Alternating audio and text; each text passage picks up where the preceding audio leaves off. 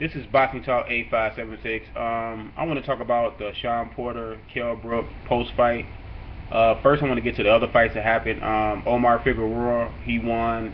He's moving up to 140 pounds. I just got a couple issues with Omar. Omar needs to work on some type of defense. I know he's a good offensive fighter, but the guy gets cut so many times in fights and face be all puffed up. He needs to get some sort of defense because as he move up in weight with his style, he's gonna start getting in real trouble, because he's gonna start facing stronger guys. So he's moving to 140, and we'll see what happens with Omar. He's a pretty good fighter, undefeated. Anthony Durrell versus Saki Obika was like a wrestling match, sorta. A lot of times the two fighters getting tangled up. The referee had to untangle them and talk to them constantly. I think Anthony Durrell won the fight. Anthony Durrell was doing better when he was, staying with his technique and just, countering and catching Bika coming in. When he started doing all that wrestling and stuff, it just looked horrible. But Anthony Durrell's a pretty good fighter, man. I like Anthony Durrell at 168. I would like to see Anthony Durrell, fight some of the other guys at 168, like Carl Froch, Andre Ward, James DeGale, some of those guys. But we'll see what Anthony Durrell does from here. He's the new WBC champion at 168. Let's get to the main event: Shawn Porter versus Kell Brook. I thought I'm gonna go from Kell Brook angle first. I thought Kell Brook came out tremendously calm. He looked calm from the opening bell. He didn't bag up that much in the fight. He showed poise. He landed some clean jabs, constant stiff hard jabs. He got a pretty good jab, a tremendous jab, because he was standing Porter up with that jab. Nice 1-2s with the right hand 1-2s. He even put a hook up in there. He was throwing some uppercuts. Kell Brook, is a pretty good fighter. He passed one of his big tests. They talking about Marquez or Keith Thurman.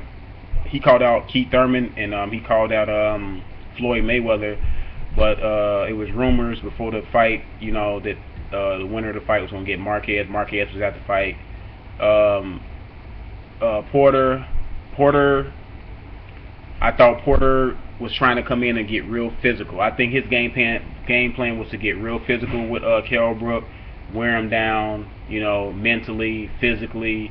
I thought he was trying. Him and his father plan was to just break Kell Brook down. I thought they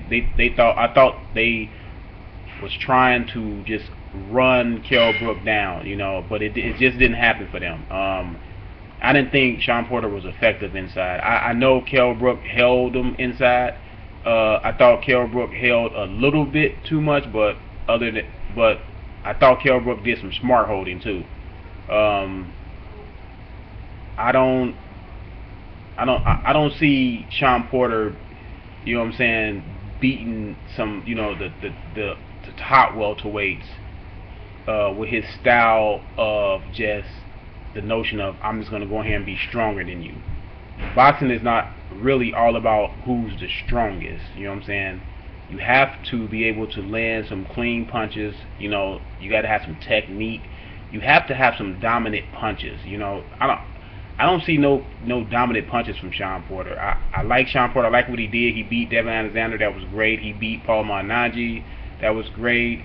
But like my guy Zone 6 said, he caught both of those guys and not a full training camp. Those are short notice fights. He finally fought, and those with smaller guys. Devin Alexander moved from 140 to 147.